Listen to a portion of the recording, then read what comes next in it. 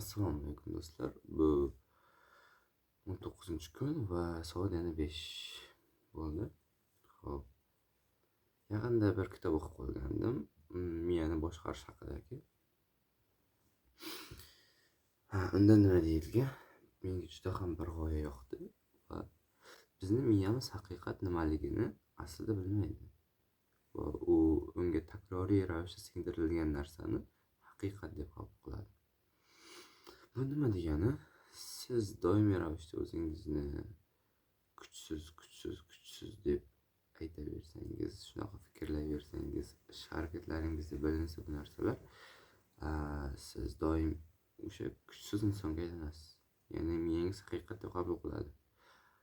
Agar siz o'zingizga bergan bir qarorni qabul qilsangiz, bir va'da bersangiz, bajarmasangiz, keyingi safar va'da berib yana bajarmasangiz, keyingi safar o'zingizga aytib yana bajarmasangiz, siz o'zingizni hurmatsiz, aytgan gapini ustidan chiqmaydigan inson sifatida qabul qilasiz va miyangiz shuni avtomatik haqiqat deb qabul qiladi va keyingi safar siz biror narsaga qaror qilsangiz, qat'iyat bilan qaror qilsangiz, miyangiz bajarmaydi.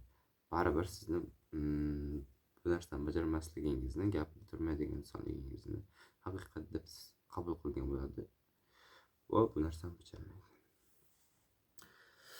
Yaxshi odatlarni shakllantirish uchun esa siz shunchaki biror narsaga qaror qilsangiz bajaring, qayta bajaravering va miyangiz buni haqiqat deb qabul qiladi va siz o'zingizga hurmatingiz ham oshadi va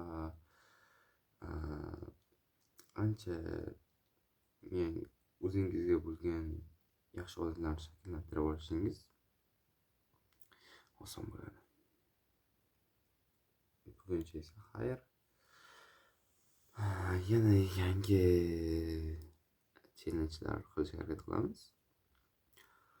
21 kun tugagandan so'ng bilib olishingiz mumkin bo'ladi.